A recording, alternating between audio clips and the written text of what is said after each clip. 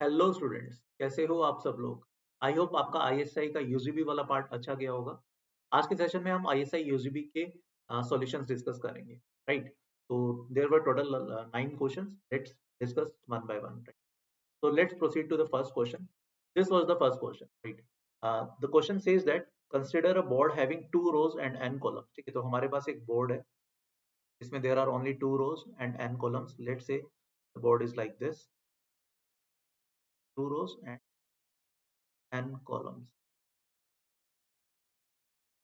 These are n columns, right? Uh, Thus there are two n cells of the board. Each cell is to be filled in by 0 or 1. तो हमें हर cell में या तो 0 डालना है या फिर 1 डालना है. And now that there are basically two parts of this question. Part A says that in how many ways we can do this, such that each row and each column sum, हर रो का और हर column का sum even होना चाहिए, right. ये हम कितने तरीके से अचीव कर सकते हैं, दिस इज द क्वेश्चन। देखो, इसमें ना एक चीज समझने की कोशिश करो। जैसे लेट से मैंने यहाँ पे 0 रखा, ये वाला कॉलम है ना ऑटोमेटिकली फिक्स हो जाता है। यहाँ पर क्या आएगा, यहाँ पर ऑब्वियसली 0 आएगा। ए पार्ट की मैं बात कर रहा हूँ, बिकॉज मुझे हर कॉलम का सम इवन। तो अगर मैंने यहाँ पे लेट से 1 डाला किसी भी कॉलम में, ऊपर ऊपर वाले किसी भी एक सेल में मैंने 1 डाला, तो ऑब्वियसली नीचे वाले सेल में भी 1 आना पड़ेगा। तो पॉइंट इज, अगर मैं ऊपर वाला ऑप्शन फिक्स कर देता हूँ तो नीचे वाली रो के लिए ऑप्शन फिक्स हो जाएगा। तो now what I can say here, let's say अब अगर मैं सेल बाय सेल बात करता हूँ, ऊपर वाली row, the top row, this cell will have two options. Either I can place 0 or this cell will also have two options. This cell will also have two options, and so on. मैं second last cell तक जा रहा हूँ. This cell will also have. Basically मैंने n-1 cells cover किए and each cell is having two options. तो यहाँ पर अब हमारा जो बन जाता है number of ways that will be 2 raised to power n-1 options यहाँ तक fill up करने, ठीक है। अब ऑटोमेटिकली जैसे मैंने अभी थोड़ी देर पहले बताया, अगर हम ऊपर वाले सेल में कोई भी एलिमेंट फिक्स करते हैं, वेदर इट इज 1, नीचे वाले सेल में ऑटोमेटिकली फिक्स हो जाता है to make the sum of the column. तो हमारी क्वेश्चन की रिक्वायरमेंट, तो पॉइंट इज हमने 2 रेज टू पावर n-1 से ऊपर वाले वेज फिक्स किए थे और 1 वे हमारे पास नीचे वालों के लिए, okay? तो इनटू 1 कर दो, that won't make any difference. 2 raise to power n-1 ways से मैंने first n-1 columns, that is 2n minus 2 elements fix कर दिए। now we are left with only the last two elements। अब यहाँ पे थोड़ा सा ध्यान से राइट इट, मेरे पास अब ये वाला एलिमेंट बचता है और ये वाला, इसके लिए ऑप्शंस बचते हैं, ठीक है। देखो, हमने हर कॉलम का सम इवन किया था, तो अभी तक ये जितने n-1 कॉलम्स हुए सबका सम क्या है। लेट्स अज्यूम जो टॉप रो है, टॉप रो का सम इवन है। Let's take a case when top row is even, जब टॉप रो का सम इवन है। अब हमारे क्वेश्चन की क्या रिक्वायरमेंट थी, मुझे हर रो और हर कॉलम का सम इवन चाहिए। अब अगर ये top row, if this is even, यहाँ पर मेरे पास एक ही ऑप्शन है, दैट इज 0। सिमिलरली इफ, अच्छा, if top row is even, इस पूरे ब्लॉक का सम भी इवन था, तो bottom row has to be an even. Bottom row का सम भी इवन होना चाहिए n-1 कॉलम्स तक का। यहाँ पर भी मुझे क्या प्लेस करना पड़ेगा, 0, एंड इन दैट सिनेरियो ये कॉलम का सम भी क्या हो जाता है, इवन। एंड मेरे पास एक एक ऑप्शन ही बचा है, 0 एंड 0, राइट। तो अगर टॉप रो इवन है, बॉटम रो को भी इवन होना पड़ेगा, एंड दोनों सिनेरियो में मेरे पास लास्ट टू कॉलम्स के लिए एक एक ही ऑप्शन बचता है, लास्ट टू सेल्स के लिए 0 एंड 0।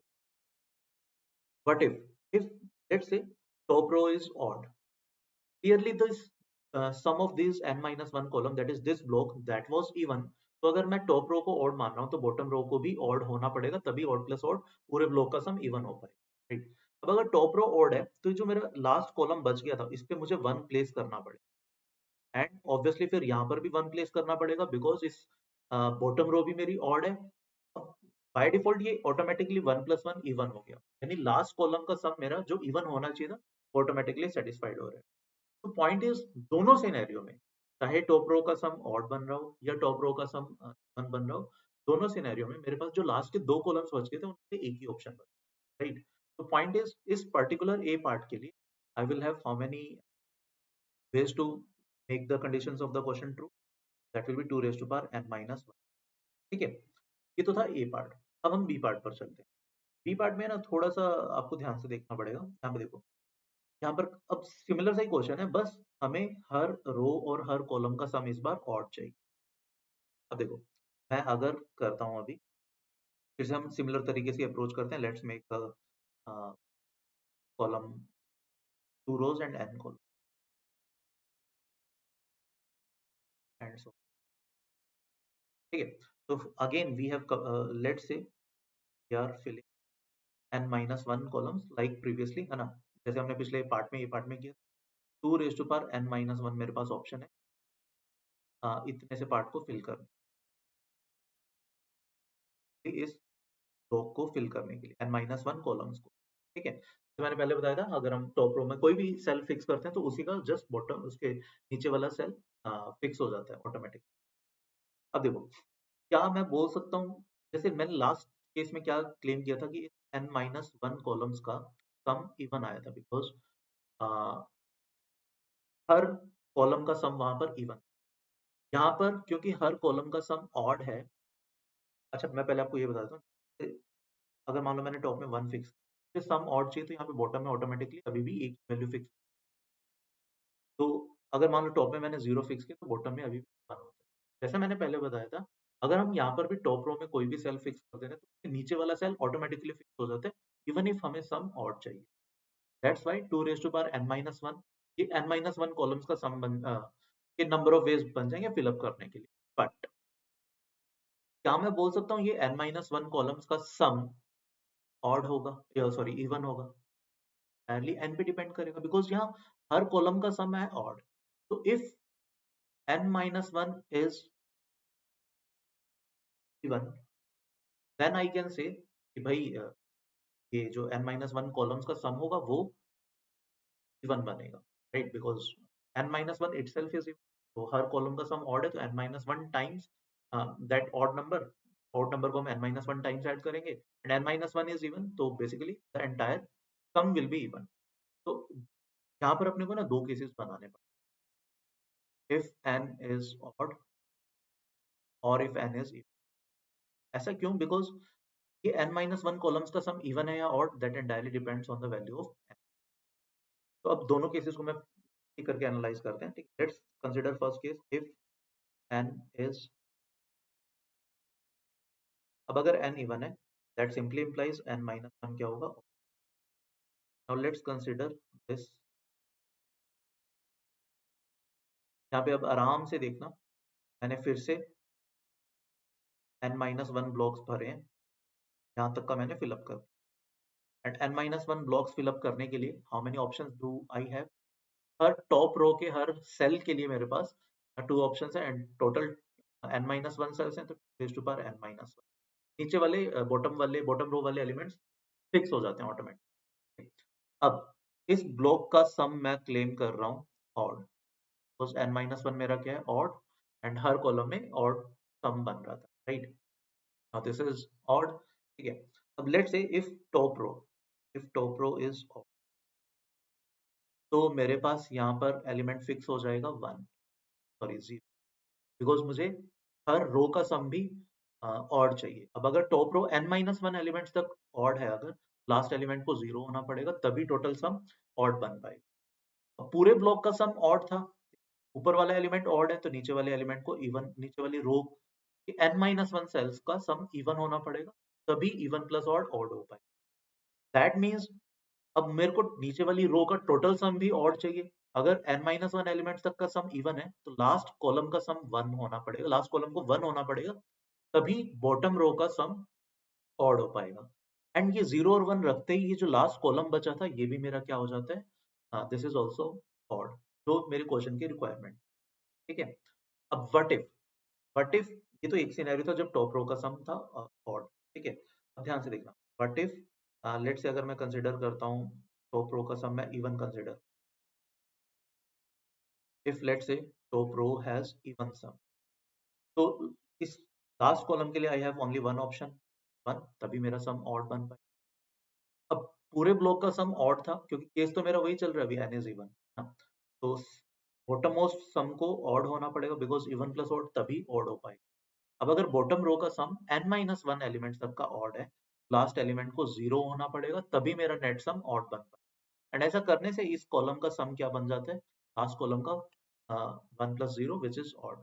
ठीक है, तो पॉइंट इज अगर n इवन है तो दोनों सिनेरियोज में चाहे टॉप वाले n-1 कॉलम तक का टॉप वाले रो का सम इवन बन रहा हो या ऑड बन रहा हो, मेरे पास हमेशा लास्ट कॉलम को फिलअप करने के लिए ऑप्शन है, इधर 1 और 0 और 0, दैट एंटायरली डिपेंड कि ऊपर इवन रो का आता है या ऊपर वाले का सम ऑड बनता है। तो in that scenario also I will have how many options, 2 raise to power n-, कब, सेकंड केस में, कब, जब n even, right. Now let's case consider the case second part के लिए जब n होता है odd. Now if n is odd, अब ध्यान से देखो, हम कंसीडर कर रहे हैं फिर से,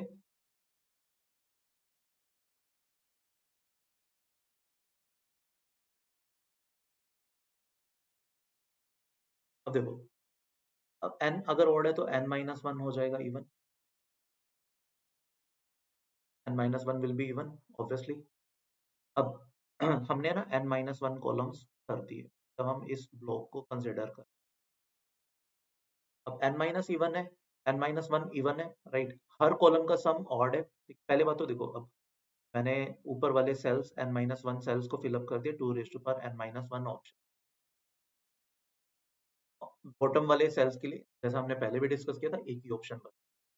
Now we have this as n-1 or you can see one number of columns and column is odd sum, right?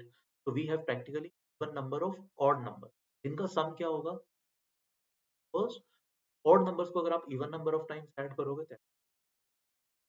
तो प्रैक्टिकली इस ब्लॉक का सम अब इवन हो गया। अब अगर ऊपर वाली रो होती है ऑड तो नीचे वाली रो का मतलब है मेरा ऑब्वियसली n-1, इस ब्लॉक की बात कर रहा हूं मैं, तो n-1 सेल्स की बात कर रहा हूँ, तो नीचे वाले रो के n-1 सेल्स का सम ऑड होना पड़ेगा।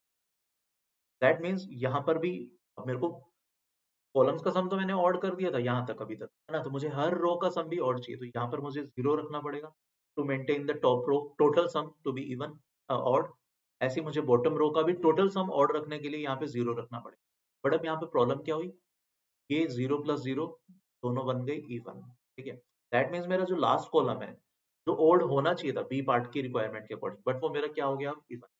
इसका मतलब ये वाला पर्टिकुलर सिनेरियो नहीं हो पाएगा जब ऊपर वाला ऑड बने। नाउ कंसीडर, जब हम मान लेते हैं अब ऊपर वाला ऑड नहीं है, let's consider the scenario when this top row is, let's say, now the block sum is even, पूरा ब्लॉक का सम n-1 कॉलम्स का सम इवन था, तो नीचे वाले n-1 कॉलम्स के जो सेल है नीचे वाले उनका सम भी इवन होना पड़ेगा, राइट। तो अब मुझे टोटल रो का सम ऑड चाहिए था, तो अब बेसिकली लास्ट एलिमेंट को 1 होना पड़ेगा तभी टोटल रो का सम ऑड बन पाएगा। सिमिलरली बॉटम रो में भी लास्ट एलिमेंट को 1 होना पड़ेगा तभी टोटल बॉटम रो का सम ऑड हो पाएगा। But again the same problem, जो मेरा लास्ट कॉलम है अब फिर से क्या बन जाता है, 1 + 1 विच इज 2 बन जाता है। बट मुझे कॉलम भी क्या चाहिए था, ऑड चाहिए था, हर कॉलम का सम। तो दोनों सिनेरियोज में अगर n ऑड है तो उसके फर्दर दोनों सिनेरियो टॉप रो का n-1 को सेल्स तक का इवन बने या ऑड बने, दोनों सिनेरियो में लास्ट कॉलम मेरा फर्स्ट है। बेसिकली मैं लास्ट कॉलम्स में एलिमेंट्स नहीं पुट अप कर पा रहा, तो प्रैक्टिकली n ऑड होने पर मुझे कोई सॉल्यूशन नहीं, राइट। तो फाइनल आंसर क्या रहेंगे, ए पार्ट का answer will always be 2 raise to power n-, independent of whether n is even or odd. B part का answer will be 2 raised to power n-1 if n was even and 0, basically कोई भी veg नहीं है if n is odd, right.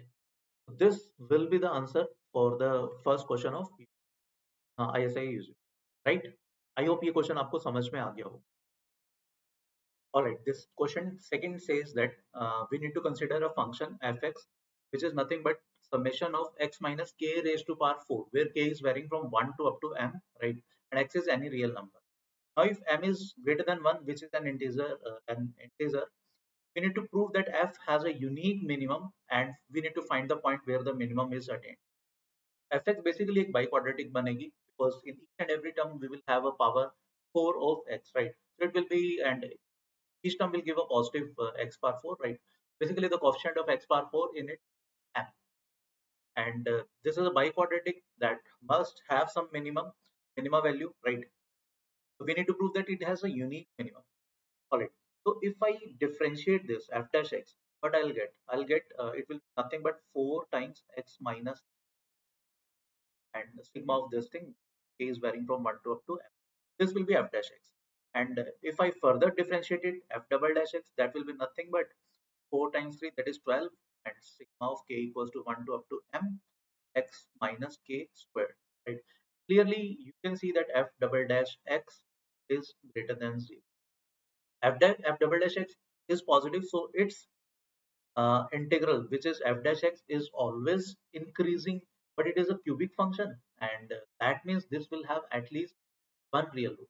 And in fact, it will have exactly one real root, because f double dash x is greater than 0, so its integral, which is a cubic, this is always strictly, and it will cut the real x axis at only one point.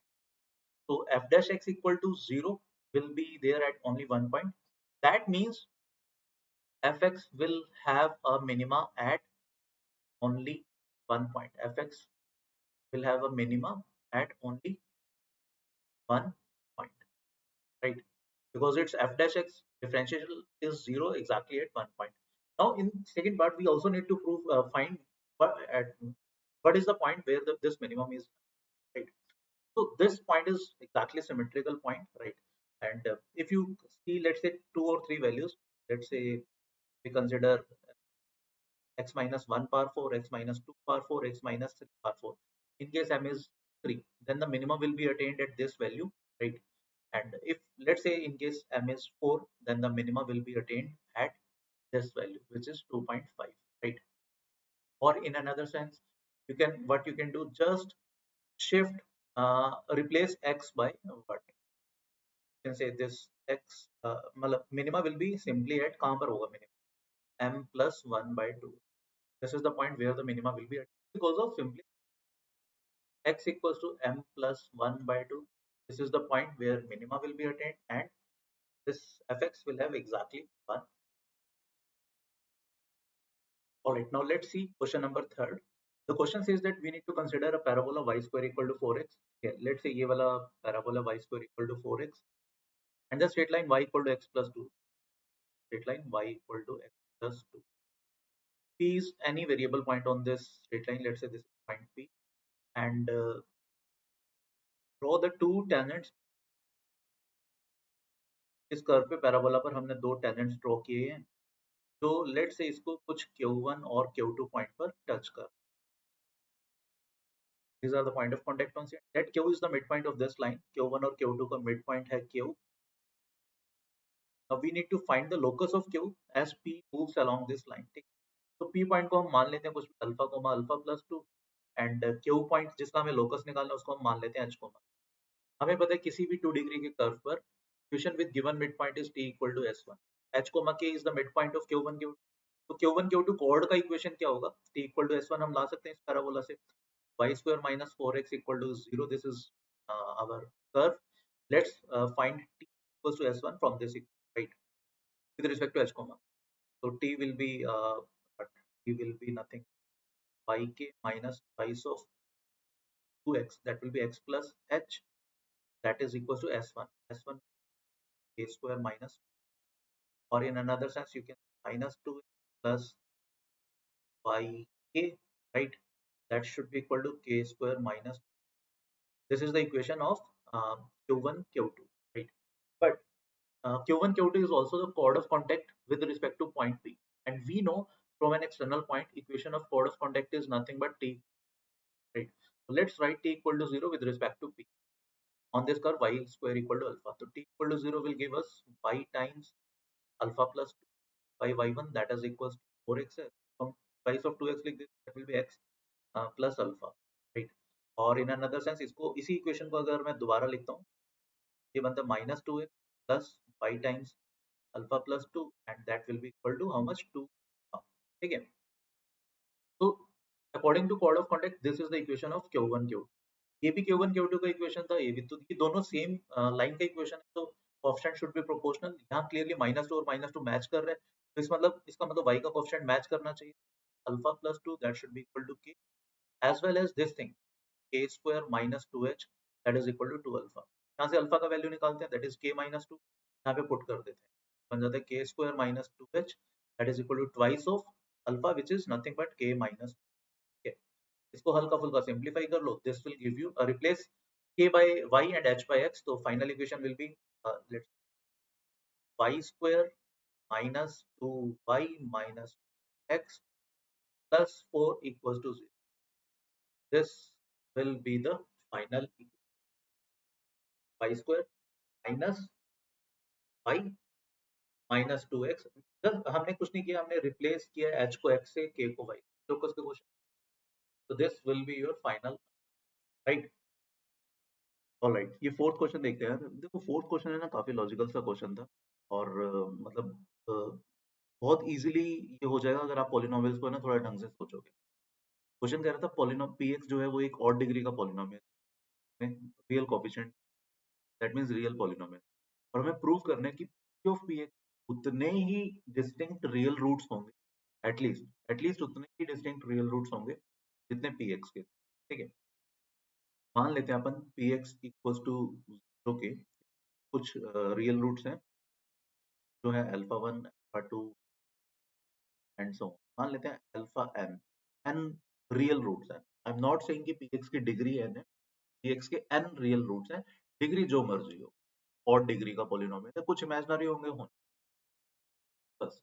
अब आपको जो एक चीज ध्यान रखनी है, एक odd degree polynomial की रेंज ऑल रियल वैल्यूज हो, range of any odd degree polynomial, ये तो सिंपल सी चीज है, पता ही है, is all real value. Range all real values होती है बिकॉज उसका ग्राफ या तो माइनस इनफिनिटी से इनफिनिटी, डिपेंडिंग ऑन अगर हाईएस्ट कोएफिशिएंट पॉजिटिव है, अगर नेगेटिव है तो वो माइनस इनफिनिटी से प्लस इनफिनिटी, ठीक है, सॉरी प्लस इनफिनिटी से माइनस इनफिनिटी, अगर हाईएस्ट डिग्री का coefficient, in any case range of odd degree polynomial all real. तो इसका मतलब अब पॉलिनोमियल में कोई ना कोई एक ऐसी वैल्यू होगी जो अल्फा 1 की इक्वल होगी। अल्फा 1 देखो ना, ये alpha 1 alpha 2 alpha 3 alpha n, ये सारी रियल वैल्यूज हैं, रियल रूट्स हैं इसके माने p। तो पॉलिनोमियल में कोई ना कोई एक ऐसा x1 होना चाहिए, एक ऐसा पॉइंट होगा जिस पे पॉलिनोमियल की वैल्यू अल्फा 1 होगी। सिमिलरली कोई ना कोई एक ऐसा पॉइंट भी होगा x2 जहाँ पे पॉलिनोमियल की value alpha 2 and so on. Similarly एक ऐसा पॉइंट xn भी होगा, xn नाम दे रहा हूँ, जहाँ पे पॉलिनोमियल अल्फा n हो, एंड क्लियरली क्योंकि ये फंक्शन है, पॉलिनोमियल है ना, तो ये x1 x2 xn ये सारे डिस्टिंक्ट वैल्यूज, एंड ऑब्वियसली मतलब ऐसा भी हो सकता है पॉलिनोमियल में 3 या 4 जगह पर अल्फा 1 वैल्यू आ रही है, मल्टीपल जगह पर अल्फा 1 या अल्फा 2 या अल्फा n वैल्यू चलेगा, तो हमें तो एटलीस्ट प्रूव करना था, एटलीस्ट एक ऐसा पॉइंट जरूर होगा जहां पे अल्फा 1 वैल्यू बिकॉज रेंज इसकी ऑल रियल, तो माइनस इनफिनिटी सारी वैल्यूज एटलीस्ट एक बार जरूर कवर करें, दैट्स इट, ये हमें प्रूव करना था। अब हमें प्रूव करना था कि p ऑफ px के एटलीस्ट उतने ही रूट्स होंगे जितने px के अपन ने n रूट्स माने हैं, p ऑफ px के भी अब एटलीस्ट ये वाले रूट्स तो बन ही रहे हैं, तो अगर आप ध्यान से देखो कि alpha 1 alpha 2 alpha 3 and so on till alpha x1 x2 x and so on till xn, ये सारे रूट्स बनेंगे p ऑफ px। आप चेक भी कर सकते हो, अपन ने इसको कुछ भी डाला, मान लो x3 डाला, p of x3, p of x3 क्या बनेगा, ये अल्फा 3 बनेगा, ये बन जाएगा p of alpha 3 which is really 0 because alpha 3, that means p of px के नए रूट्स जरूर होंगे x के, और ऐसा इसीलिए हो पा रहा है बिकॉज px एक ऑड डिग्री का पॉलिनोमियल, जिस वजह से उसकी रेंज ऑल रियल वैल्यूज आ रही है, जिस वजह से वो सारी वैल्यूज एटलीस्ट एक बार जरूर कवर कर, राइट। ये देखो फिफ्थ क्वेश्चन की बात करते हैं। फिफ्थ क्वेश्चन है ना, काफी काफी आसान था, दिखने में थोड़ा सा भयंकर लगता है, बट जिनको नंबर थ्योरी का हल्का फुल्का भी आइडिया है उनके लिए बहुत।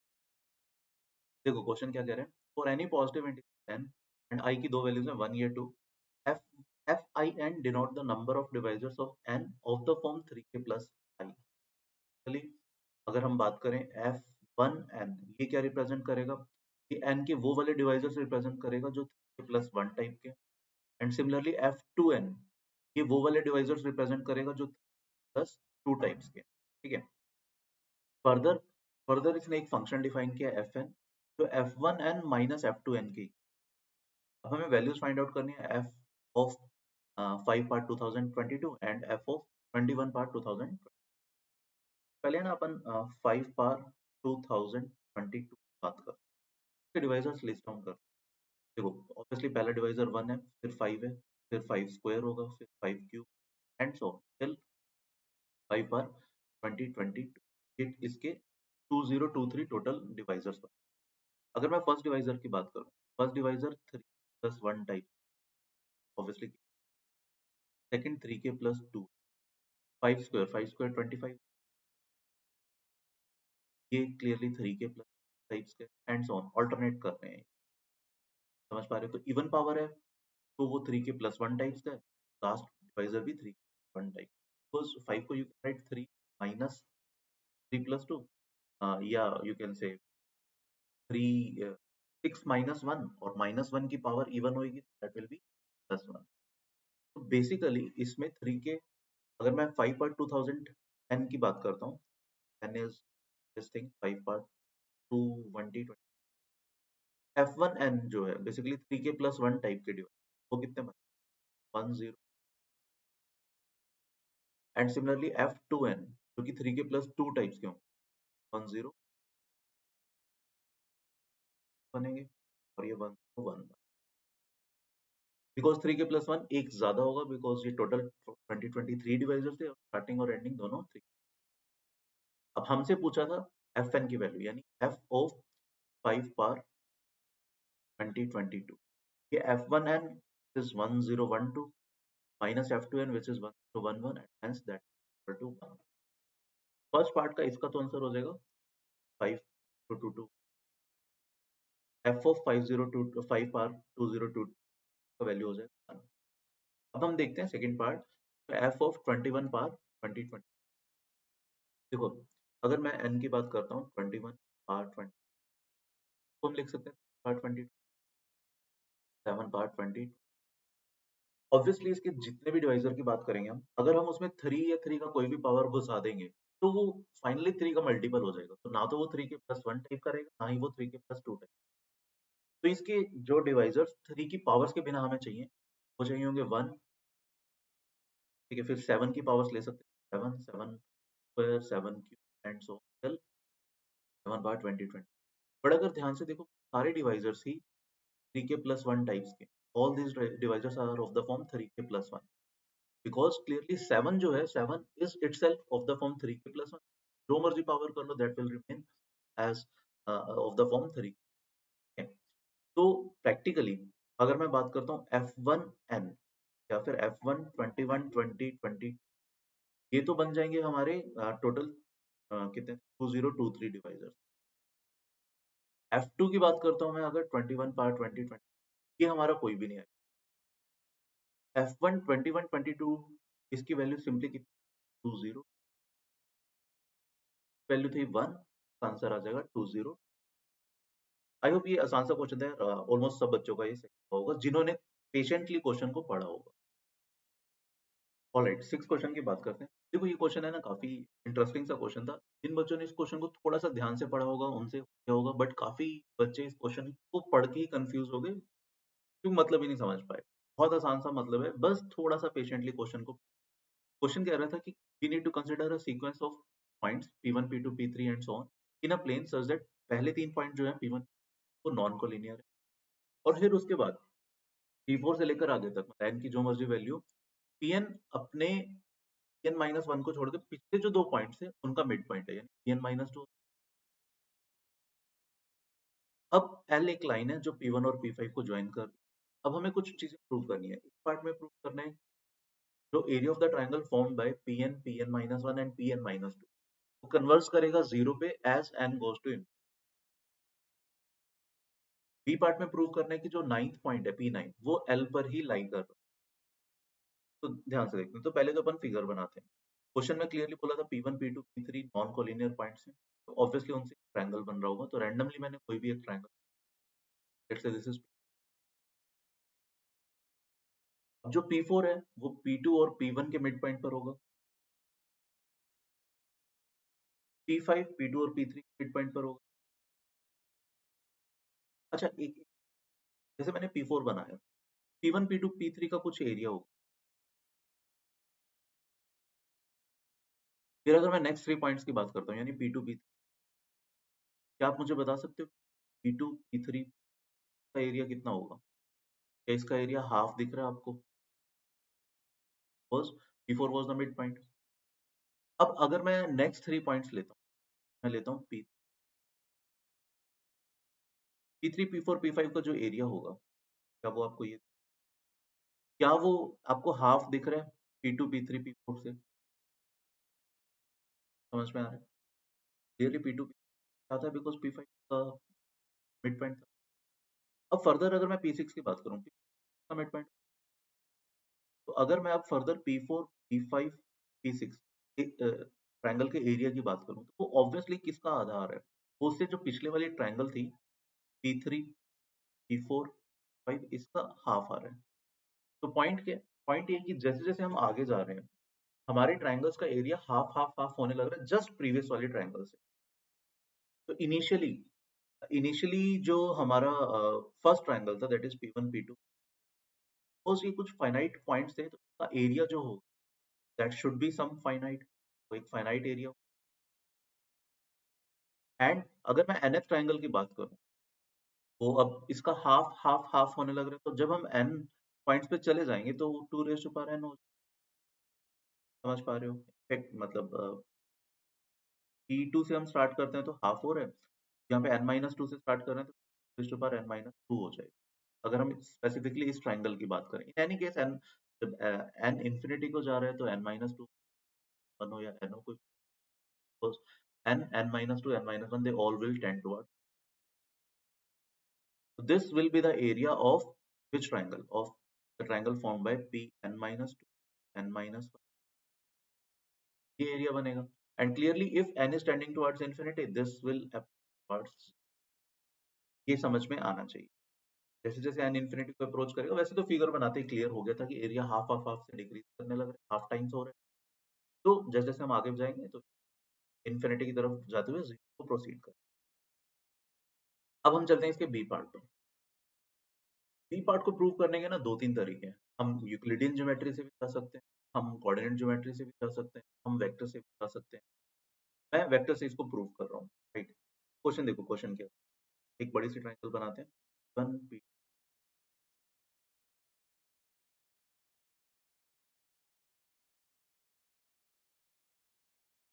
P1 P2 का mid point P4, P2 P3 का मिड पॉइंट P5, P1 और P5 को जॉइन किया तो इन्होंने एक लाइन था L, line L denotes the line segment join.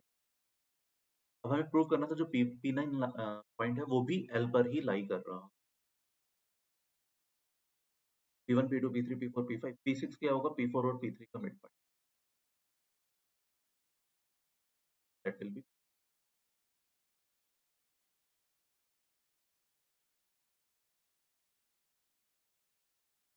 अब फर्दर P5 और P6 का जो मिड पॉइंट होगा, दैट विल सॉरी P4 और P5, 4 और P5 का mid point that will B 7, ठीक है? और P8 क्या होगा? P5 और P6 का मिड पॉइंट, हमें P8 में इंटरेस्ट नहीं है। P9 क्या होगा? P9 will be a mid point of P7 and P7 आ चुका है, P6 आ चुका है, तो मैं P7 और P6 का मिड पॉइंट निकाल P9। तो प्रैक्टिकली जो कि फिगर में दिख रहा है हमें, P9 है वो L पे लाई कर रहा है, बट ये हमें प्रूव कर, तो प्रूव करते हैं हम वेक्टर्स के।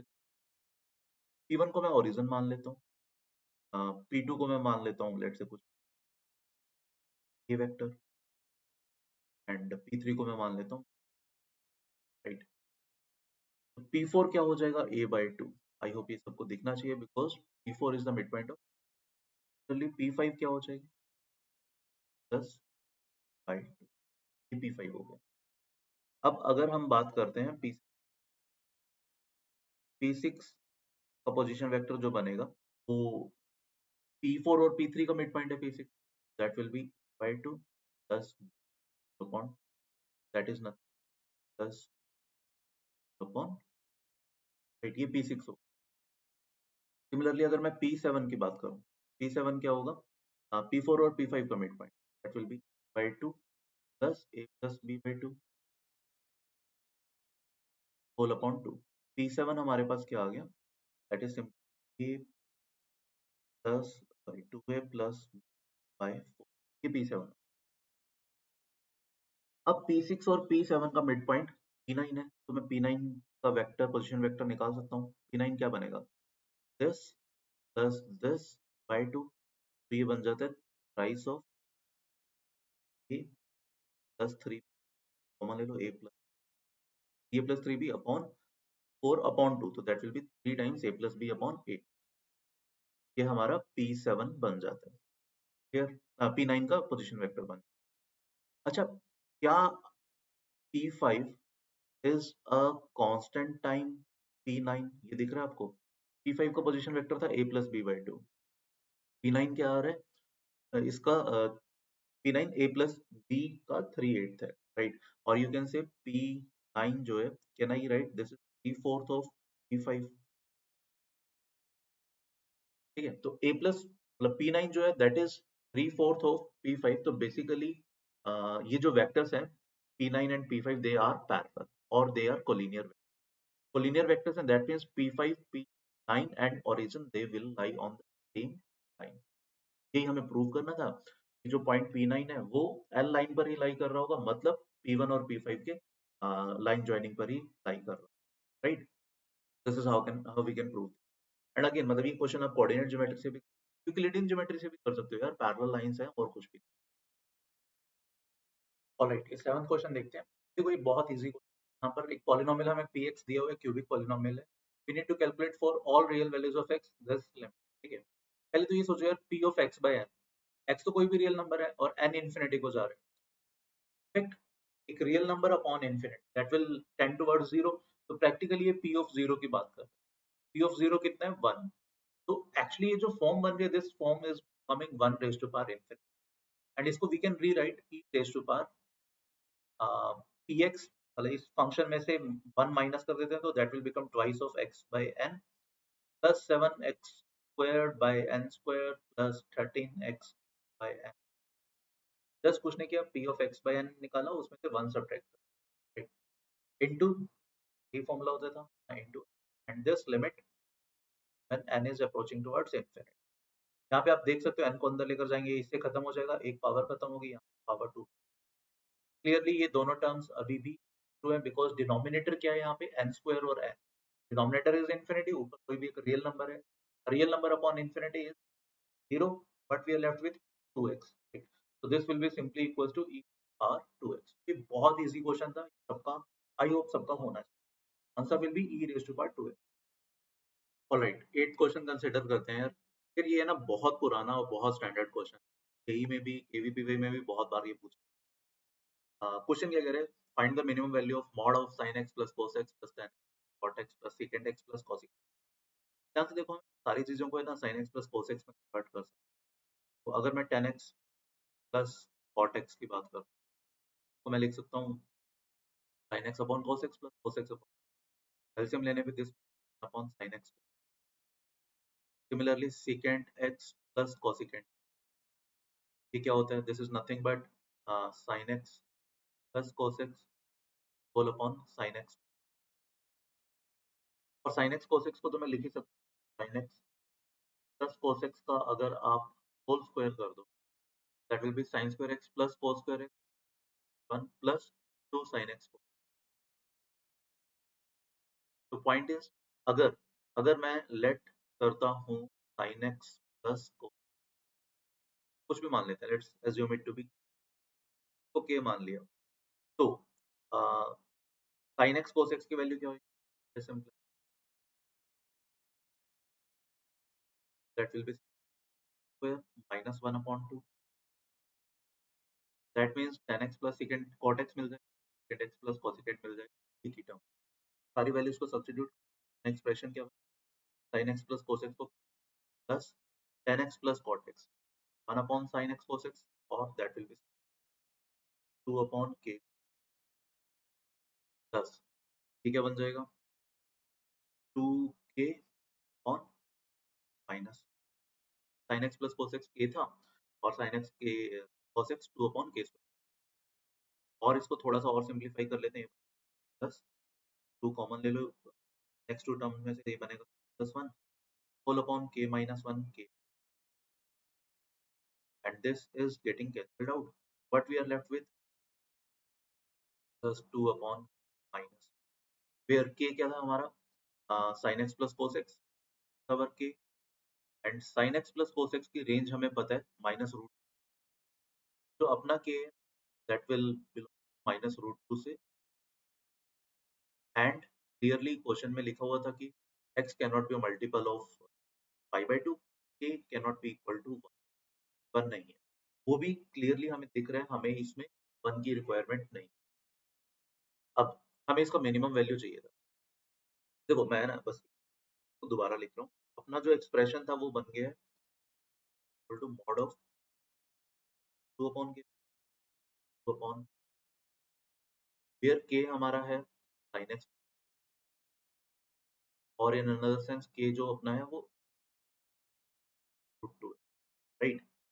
अब मतलब इसके बाद है ना वेरियस फेज है, आप इसको एमजीएम से भी, आप इसको थोड़ा सा मैन्युअल करके क्वाड्रेटिक के थ्रू भी जा सकते हो, आप इसे डिफरेंशिएशन, तो अगर मैं k plus 2 upon k minus, मुझे का देखो अब हमें इसके मॉड का मिनिमम वैल्यू चाहिए था, क्लियरली जब k का वैल्यू 1 के आसपास होगा, obviously k can not be equal to 1, ये अपने क्वेश्चन की रिक्वायरमेंट है, बिकॉज़ pi/2 के मल्टीपल्स नहीं हो सकते, है ना।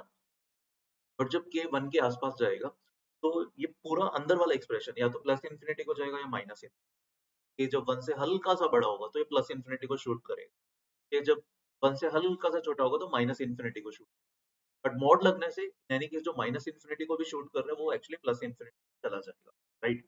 बट अपने को सिर्फ मिनिमम वैल्यू में इंटरेस्ट, मिनिमम वैल्यू कितनी हो, ठीक है, तो मुझे इसकी लोकल मैक्सिमा और लोकल मिनिमा दोनों निकालने पड़ेंगे, बिकॉज हो सकता है लोकल मैक्सिमा जो है पे मॉड लगाने पर वो actually local minimum, local maxima negative में भी आ सकता है, याद करो आपको, देखो दिस इज काइंड ऑफ ये y equal to x plus 1/x वाली बात है ना, तो ग्राफ आपको ध्यान होना चाहिए टाइप का ग्राफ होता है, राइट। अब जब इसका मॉड लगाएंगे तो ये वाली जो चीज है ये भी ऊपर चली जाए, जो एक्चुअली लोकल मैक्सिमा था वो भी लोकल मिनिमम बन सकता है।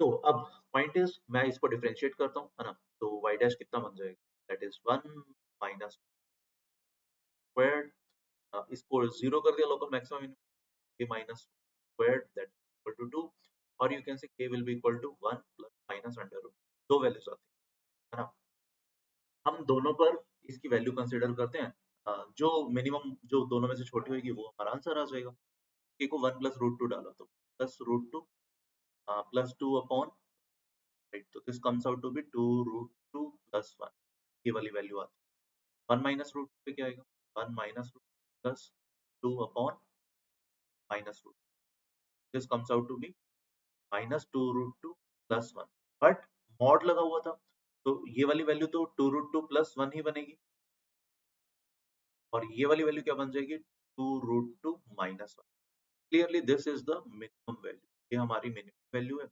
And this is attained at T जो है, जो के है हमारा, के कितना हो 1 माइनस के 1 माइनस रूट 2 होने का मतलब sine x plus cos x हमारा 1 माइनस रूट 2 होना चाहिए, जो कि इस विंडो में फॉल कर, this value will be achievable, कोई प्रॉब्लम नहीं है, ये तब अचीव होगी जब sin x plus cos x हमारा 1 माइनस रूट 2, और ये भी आप देख सकते हो sin x plus cos x को you can write root 2 sin of x plus pi by 4, and ये हम चाहते हैं 1 माइनस रूट, मैं जस्ट वो बता रहा हूँ कि x की किस वैल्यू पर ये अचीव हो, तो यहाँ से you can write sin x plus pi by 4 that will become root 2 से डिवाइड कर दो तो 1 by रूट 2, इनवर्स ले लो, राइट, तो फाइनली तो ये अचीव होगा, x will be minus pi by 4 plus sin inverse 1 by root minus value पर ये अचीव होगी, x की इस वैल्यू पर इस फंक्शन की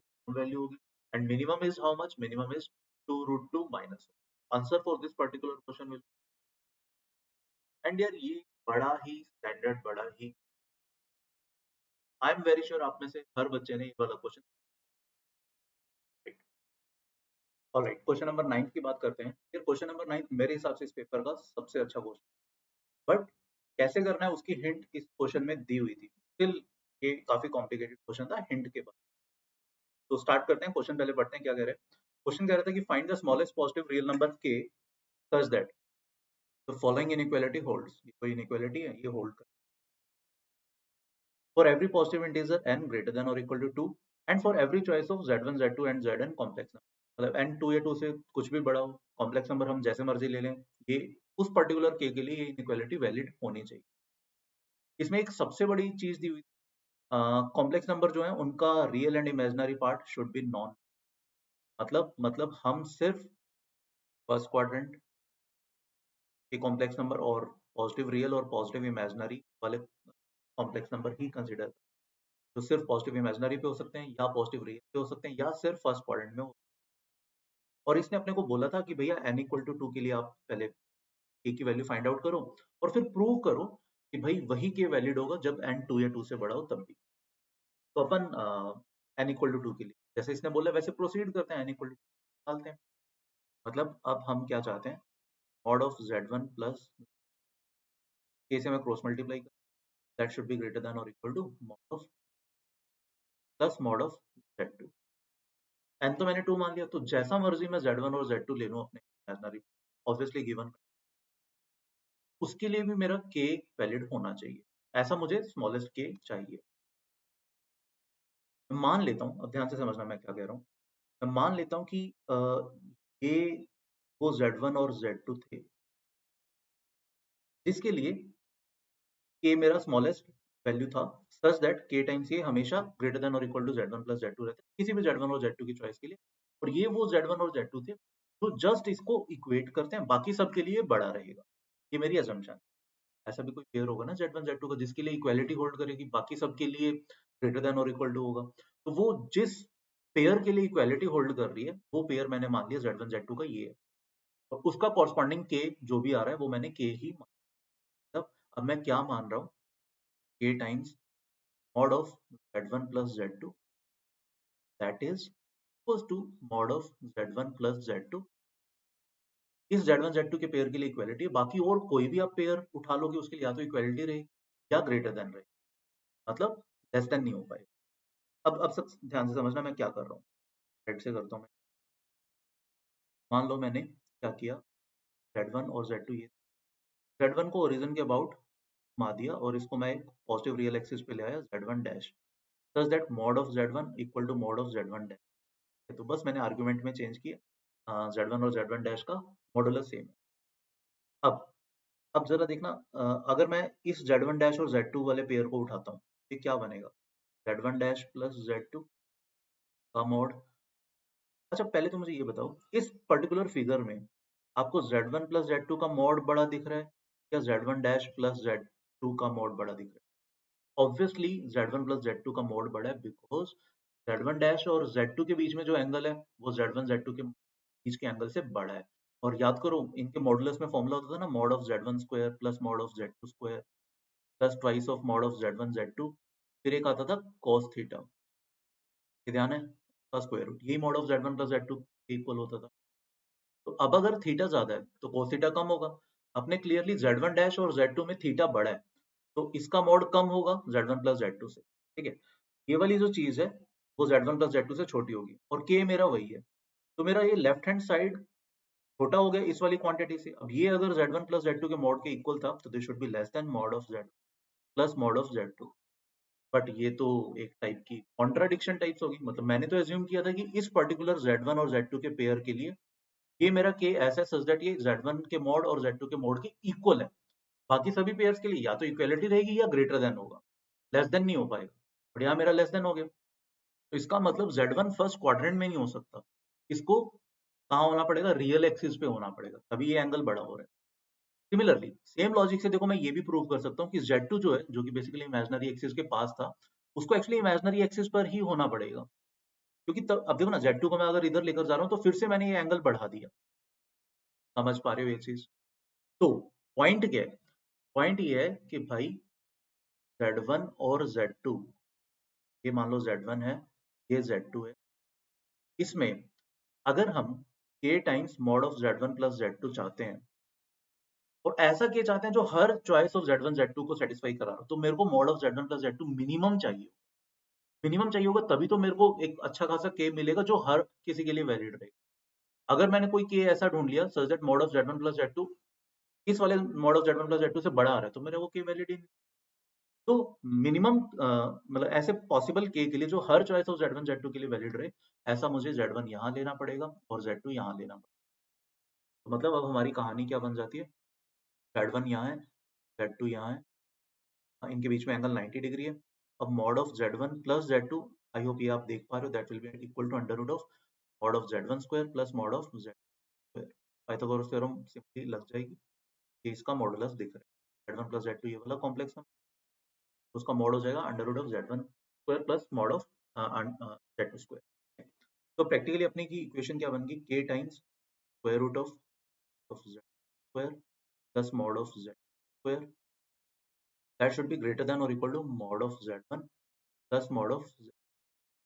ग्रेटर देन और इक्वल टू मैंने क्यों लगाया, बिकॉज अभी मैं ये भी देखना चाहता हूँ कि क्या Z1 और Z2 के मैग्नीट्यूड वेरी करने से भी इक्वालिटी इनइक्वालिटी में फर्क पड़ेगा। तो अब मेरे को ऐसा के चाहिए जो हमेशा इसको सेटिस्फाई करा रहा हो। इसको जस्ट स्क्वायर करते हैं और देखो क्या बन रहा है। Z1 स्क्वायर के साथ क्या बनेगा, क्वेश्चन स्क्वायर माइनस माइनस आ जाएगा twice of mod of Z1 plus क्या बनता है Z2 स्क्वायर के साथ बन जाएगा फिर से k square minus 1 square, that should be greater than और क्वाड्रेटिक बनाते हैं, मॉड ऑफ Z2 स्क्वायर से डिवाइड करते हैं एंड लेट कर लेते हैं मॉड ऑफ Z1 बाय कुछ भी k मान लिया। तो ये k तो ओके बोल है, लेट्स अज्यूम इट। तो ये बन जाता है k स्क्वायर माइनस 1 के साथ m square minus 2m plus k square minus greater than और इक्वल टू वेयर m अपना क्या था, mod of Z1 by Z2 and अपना m ग्रेटर। अब यहाँ पे जस्ट क्वाड्रेटिक की इनइक्वालिटी का कंसेप्ट यहाँ से समझ, एक क्वाड्रेटिक है जो हमेशा हमेशा नहीं कहूंगा, m ग्रेटर देन और इक्वल टू 0 के लिए it this expression should be greater than और इक्वल टू। तो ऐसा कब हो सकता है, या तो इसके जो दोनों रूट्स हैं बोथ रूट्स आर नेगेटिव, मतलब ग्राफ कुछ ऐसा बन रहा हो। तो अब m की मतलब ये y वर्सेस m बना, m की हर पॉजिटिव वैल्यू के लिए अपना एक्सप्रेशन की पॉजिटिव वैल्यू आएगी। तो रूट्स नेगेटिव हो but coefficient of m square यानी कि k स्क्वायर माइनस 1 ये पॉजिटिव हो एंड रूट्स आर नेगेटिव। या फिर क्या हो, या फिर और क्या पॉसिबिलिटी बनती है, डिस्क्रिमिनेंट नेगेटिव हो लेस देन और इक्वल टू 0 और coefficient of m square that is k square minus 1 ये फिर से अपना पॉजिटिव हो। ऐसा करने से ग्राफ ऐसा बन जाएगा या एक्स एक्सिस को टच कर रहा होगा मैक्सिमम एक पॉइंट पर, तब भी अपना सिनेरियो क्या रहेगा, वैलिड रहेगा। ये हमेशा ये एक्सप्रेशन हर m की पॉजिटिव वैल्यू के लिए पॉजिटिव रहेगा। तो ये दो सिनेरियोज हमें वर्कआउट करने, तो पहले मैं ये वाला सिनेरियो वर्कआउट करता हूँ फिर मैं दूसरे वाला करूँ। पहले ये वाला वर्कआउट करते हैं, मैं ये क्वाड्रेटिक दोबारा से लिख, अब हमारी क्वाड्रेटिक बन गई थी k square minus 1 times square minus m plus फिर से k स्क्वायर, ये हमें चाहिए था ग्रेटर देन और। अब देखो मेरा फर्स्ट क्या था, बोथ रूट्स नेगेटिव वाली चीज लेना चाहता हूँ मैं, k स्क्वायर माइनस 1 ये मेरे को greater than 0 minus 1 greater than 0 and roots are negative. Negative roots होने के लिए sum should be negative, product should be negative and discriminant greater than और इक्वल टू 0, ये कंडीशन होती है। सम नेगेटिव का मतलब क्या होगा, सम कितना बन रहा है, minus B upon 2 2 upon twice of minus B upon A अगर minus 1 that should be negative, that should be less than 0। ये लेस देन 0 होने का मतलब है ऊपर तो पॉजिटिव है तो k स्क्वायर माइनस 1 तो नेगेटिव होना, बट साथ के साथ मैं क्या मान रहा हूँ, k स्क्वायर माइनस 1 को पॉजिटिव होना पड़ेगा तभी तो मेरा ग्राफ अपवर्ड पैराबोला बनेगा। ये दोनों तो कॉन्ट्राडिक्टरी स्टेटमेंट है, एक कह रहा है पॉजिटिव एक कह रहा है नेगेटिव, तो यहाँ से मुझे कोई भी k नहीं, तो मुझे दूसरी कंडीशन पे जाना पड़ेगा। दूसरी कंडीशन क्या थी, discriminant less than 0 and k square minus 1 greater. दूसरी कंडीशन पे आते हैं अपन, दूसरी कंडीशन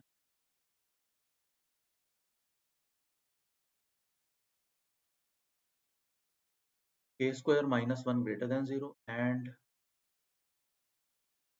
डिस्क्रिमिनेंट कितना बनता है भैया, square that is 4 minus 4 times squared that 4 common ले लो तो 1 minus K square minus square less और equal to 0, A square minus B square लग रहा है 1 प्लस के square minus 1 times 1 minus K square plus 1 that should be less than और ये उड़ गया। के स्क्वायर तो परफेक्ट स्क्वायर है, that is always greater than और इक्वल टू 0, तो इसका लेस देन और इक्वल टू 0 में कोई रोल ही नहीं है। जब 2 minus K square should be less than और equal to 0 as well, that means K square should be and K square minus 1 greater than 0 भी होना चाहिए। तो देखो के स्क्वायर माइनस 1 कितना आ रहा है, ग्रेटर देन और इक्वल टू 1 आ रहा है, तो ये कंडीशन ऑटोमेटिकली ट्रू हो रही है, इसको चेक करने की जरूरत सिर्फ ये चीज चाहिए। और अपना जो के था वो क्या था, positive real, this implies K should be than और इक्वल, हमें स्मॉलेस्ट ऐसा के चाहिए था तो K should be equal to under root. तो कहानी क्या है, 2 के लिए अगर हम इस क्वेश्चन में बात करें क्वेश्चन, तो for n equals to 2 k should be equal to n equal to 2 के लिए k हमारा आ गया √2। अब हमें क्या प्रूव करना था कि भैया n जो मर्जी हो k आपका यही रहे, ये अब हमें प्रूव करना है अपना, इसका जो कि मेन पार्ट है। वैसे k इक्वल टू √2 निकालना ये भी अपने आप में एक काफी इंपॉर्टेंट पार्ट था। अब हमें ये प्रूव करना है कि भैया n की वैल्यू अगर 2 से बड़ी भी होती है तब भी k आपका यही रहे। इसका प्रूफ देखते हैं, तो आराम से कर देखो। अब है ना, आराम से सोचो, मान लिया मैंने n कुछ भी था mod of z1 plus and ये मुझे प्रूव करना है that will be greater than और equal to 1 times mod of z1 plus mod of plus and so on till mod for any choice of any value of n and for any choice of z1 z2 z3 and so on। But अपने complex number कहाँ पर हैं, या तो positive real पे या positive imaginary पे या फर्स्ट क्वाड्रेंट में। दो के लिए तो देखो मैंने प्रूव कर दिया था कि सिर्फ पॉजिटिव रियल और पॉजिटिव इमेजिनरी पर ही होंगे, तभी उनके बीच का एंगल मैक्सिमम 90 डिग्री। बट अब इतने सारे कॉम्प्लेक्स नंबर है तो अपन कुछ, ठीक है। अब देखो इसको कैसे मैं जस्टिफाई करूंगा, इन कॉम्प्लेक्स नंबर्स में से कुछ, या तो देखो दो केसेस हैं, या तो ऑल आर पॉजिटिव रियल और पॉजिटिव इमेजिनरी, या तो सारे पॉजिटिव रियल पर हैं या पॉजिटिव इमेजिनरी पर हैं, मतलब इन दोनों में से ही किसी चीज पर है। Positive X axis positive Y axis, positive real positive imaginary पर है, या तो सारे पॉजिटिव रियल या पॉजिटिव इमेजिनरी पर है, या कुछ कुछ बीच में फर्स्ट क्वाड्रेंट में भी। ठीक है, तो हम पहले सेकंड केस ले रहे हैं, when at least one of z1 z2 and so on till zn has real part as well as imaginary greater than 0, real part भी greater than 0 है and imaginary part भी greater, मतलब बेसिकली वो first quadrant. And let's name this particular complex number as z, उस complex number को मैं z के मान रहा हूँ। अब z के नहीं, चलो z r मान लेते हैं वहां पर, तो मैं z rth कॉम्प्लेक्स नंबर, बाकी सबका मैंने रिजल्टेंट निकाला, बाकी सबका मतलब बेसिकली मैंने मान लिया कि अब ये जो है mod of z plus and till Z N, मैंने जेड आर निकाल लिया, जेड आर को मैं अलग लिख रहा हूँ, दैट इज ग्रेटर देन और इक्वल टू, चलो के भी मैंने मान लिया कि अभी 1/√2 नहीं है तो भी छोड़ दिया, कोई एक ऐसा के था जिसके लिए valid mod of Z till mod Z N का सम। ठीक है, अब ध्यान से देखना, मैंने जेड आर को अलग निकाल लिया, अब इन सबका कुछ ना कुछ एडिशन होगी, मैं मान रहा हूँ कि उस पर्टिकुलर के लिए ये चीज वैलिड है। अब ये जो सम, ये जो फाइनली कॉम्प्लेक्स नंबर आएगा इस सबको ऐड करके, ध्यान से देखना, जो मैं इन सबकी एडिशन को मैंने कॉम्प्लेक्स नंबर माना z, वो जो z है, तीन रीजंस बना रहा हूँ। मान लो वो जो z था वो इधर है, या फिर इक्वल टू x पर है, या फिर इस रीजन,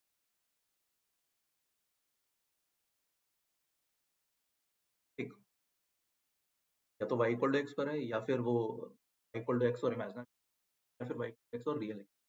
फर्स्ट केस में सोच के देखो, z प्लस जेड आर का जो भी रिजल्टेंट टाइम्स के, मैं चाहता हूँ कि इस सबसे बड़ा हो, तो वो मेरा वर्स्ट सिनेरियो चाहिए। तो से बेटर है ZR की जगह अगर मैं रिप्लेस कर दूं फिर से, जैसे मैंने पहले बताया था, के लिए ज्यादा बेटर रहेगा बिकॉज एंगल में फिर से Z और ZR में चेंज कर रहा हूँ। तो प्रैक्टिकली अगर Z इस रीजन में y इक्वल टू x और इमेजिनरी एक्सिस के बीच, ZR मेरा कहाँ होना चाहिए? रियल एक्सिस, एंड हेंस वो इस कंडीशन को फुलफिल। तब ZR को मैं अगर रियल एक्सिस पर ले जाऊंगा तो वो ज्यादा बेसिकली ज्यादा वर्स्ट सिनेरियो बन जाएगा, मतलब k मेरा उस सिनेरियो से बढ़ जाएगा। ठीक है, सिमिलरली अगर y इक्वल टू एक्स पर होता है तो इस ZR को, जैसे मैंने पहले भी बताया था, ZR को मैं पॉजिटिव रियल पे ले जाऊं या पॉजिटिव इमेजिनरी पे ले जाऊं, कोई फर्क नहीं पड़ता बिकॉज एंगल दोनों सिनेरियो में बढ़ेगा। जैसे पहले ये वाला एंगल था थीटा, अगर मैं इसको यहाँ पर ले जाता हूँ तब भी 45 का हो जाएगा Z और ZR में, अगर मैं यहाँ ले जाता हूँ तब भी 40। अगर इस सिनेरियो में कहीं पर भी Z है तो ZR को मैं इमेजिनरी एक्सिस पर ले जाऊं। तो पॉइंट क्या है, इसको अगर मैंने एक कॉम्प्लेक्स नंबर Z माना तो Z प्लस ZR का मिनिमम मॉड तब होगा जब ZR या तो पॉजिटिव रियल पर हो या पॉजिटिव इमेजिनरी। दैट मीन्स ये वाली चीज वैलिड नहीं हो पाएगी। इसका मतलब मैं कोई भी एक ऐसा ZR नहीं लेकर आ पाऊंगा जिसके दोनों रियल पार्ट और इमेजिनरी पार्ट पॉजिटिव हो। कि अगर ऐसा होता भी है तो उससे बेटर मुझे मिनिमम मॉडुलस तब मिलेगा जब वो रियल एक्सिस या इमेजिनरी एक्सिस। ठीक, that means no such ZR exist worst scenario के लिए। बाकी सब में क्या होगा, बाकी सब के लिए ये वाली चीज ऑटोमेटिकली बड़ी हो जाएगी, तो मेरा k जो बाय डिफॉल्ट पहले था वो उसमें हेल्प करेगा बिकॉज k टाइम्स ये वाली चीज एक्चुअली इस वाले ग्रेटर देन और equal to mod of Z1 plus Z2 plus Zn बन जाएगी। तो अब पॉइंट क्या है, ये मैंने प्रूव कर दिया कि वर्स्ट सिनेरियो के लिए सारे जो Z हैं दे मस्ट आई और ऑन इमेजिनरी। अब लेट से इसमें से कुछ रियल एक्सिस पर है, पॉजिटिव रियल पर है तो वो वैसे ही ऐड हो जाएंगे, मैंने मान लिया ZX। जो पॉजिटिव वाई वाले हैं उनको मान लिया ZY। ठीक है, एंड ऑब्वियसली इन अब यहाँ पे ZX प्लस ZY, ऑब्वियसली ये जो है जो पॉजिटिव वाले हैं वो एज इट इज, ये तो सारी एज इट इज ऐड हो जाएंगे, तो उसको मैं मान सकता हूँ ZX प्लस ZY। ठीक है, और where ZX and ZY, ZX and mod of ZY का। ठीक है, अब ये हमारा एग्जैक्टली दो कॉम्प्लेक्स नंबर वाला सिनेरियो के लिए मैं ऑलरेडी प्रूव कर चुका हूँ। ठीक है, तो चाहे n की जो मर्जी value, k will always be root two. इसमें देखो, इसमें ना ये सिनेरियो फिर भी आपको समझ में आ गया होगा, बहुत सारे बच्चों को अभी भी ये नहीं समझ में आया होगा कि आपने ये कैसे बोला कि सारे Z1 Z2 Zn रियल या इमेजिनरी पर ही होने, बीच में भी तो हो सकते हैं। हम तो किसी भी हमारे लिए तो क्वेश्चन वैलिड था for any choice of Z1 and Zn, तो आप सभी को पॉजिटिव रियल या पॉजिटिव इमेजिनरी पर क्यों ले रहे हो? मैं एक्चुअली वही चीज मैं एक बार फिर से बताता हूँ। मान लो कुछ n complex Z1 plus Z plus and Zn minus last complex number मान लो Zn मैंने बाहर निकाला। अब या तो Zn आपका पॉजिटिव रियल या पॉजिटिव इमेजिनरी पर था, अगर ये है फिर तो मैंने Zn की जगह कोई और निकाला। मैं अभी केस ले रहा हूँ जो Zn है वो ना तो पॉजिटिव रियल पर ना positive imaginary, basically first quadrant में कहीं पर भी है, लेट्स से यहाँ। इन सब का जो सम होगा उसको मैंने Z, वो मान लो कहीं पर भी आया, वो कहीं पर भी आ सकता है, can be on equal to x, it can be on positive quadrant में, या वो y इक्वल टू x और पॉजिटिव रियल। अब देखो, अब हम क्या जस्टिफाई करना चाहते हैं, z प्लस जेड का mod that should be greater then, वहां तो इंडिविजुअल का मॉड चल रहा है 1/k। अब देखो, अगर कोई k ऐसा एग्जिस्ट तो इसके लिए ट्रू है, मतलब k टाइम्स ये इज ग्रेटर देन और इक्वल टू ये, और k ऐसा स्मॉलेस्ट था सच दैट अब इसके लिए ये जस्ट इक्वल टू बन। अब जो मैं कहना चाहता हूँ, अगर मैं Zn को इसकी बजाय मॉडुलस सेम रखता हूँ और पॉजिटिव रियल पर ले, तो क्या होगा, एंगल बेसिक अगर Z यहाँ पर, एंगल बेसिकली पहले जो इतना था अब एंगल बढ़ गया, तो इसका मॉड कम हो जाएगा। इक्वालिटी बनाने के लिए मुझे k को बढ़ाना पड़ेगा, तो हमें k की स्मॉलेस्ट पॉजिटिव वैल्यू चाहिए थी, बट वर्स्ट सिनेरियो में जो है ना कि her choice of Z1 Z2 के लिए वैलिड रहेगी। मैं जो कहना चाह रहा हूँ कि जो हर चॉइस है उस हर चॉइस में वर्स्ट चॉइस कब रहेगी, जब चीज सारे के सारे कॉम्प्लेक्स नंबर या तो पॉजिटिव रियल नंबर होते हैं, मतलब उनमें से कुछ पॉजिटिव रियल पर और कुछ पॉजिटिव इमेजिनरी। बेसिकली अगर कोई भी क्वाड्रेंट में आता है, फर्स्ट क्वाड्रेंट में कोई कॉम्प्लेक्स नंबर आता है, तो वो फेवरेबल कंडीशन होगी, मतलब उसके लिए ये इक्वालिटी नहीं रहेगी, ग्रेटर देन रहेगा। इक्वालिटी के लिए all must lie on, some of them should lie on positive real, some of them positive. ठीक है, ये मैं कहना चाह रहा हूँ, राइट। और फिर उसके बाद तो हमने जस्टिफाई कर ही दिया था, इसमें से जो पॉजिटिव रियल पर है उनको जेड मान लिया, जो पॉजिटिव इमेजिनरी पर है उनको जेड मान। तो पॉजिटिव रियल वाले तो एज इट इज ऐड हो जाएंगे, वो जेड हो गई, सम उनका जेड हो गया, सम। और अब ये आइडियली दो कॉम्प्लेक्स n इक्वल टू 2 वाले केस में ही कन्वर्ट हो, right. Final answer for this question is nothing but k equal to, ये क्वेश्चन इस टेस्ट का सबसे अच्छा क्वेश्चन। आई होप यार अब ये सारा आपको क्लियर हो गया होगा पूरा। I hope you must be scoring well, right. तो जो भी आपका स्कोर आ रहा है नीचे कमेंट सेक्शन में लिखो यार, एंड प्लीज वीओएस चैनल को सब्सक्राइब करो, है ना, लाइक करो। और जो भी आपको मैथ्स ओलंपियाड या आईएसआई के रिगार्डिंग कुछ भी क्वेरीज हैं, you can post them in the comment, right. See you in the next time. Till then, please take a very good care of yourself. Thank you.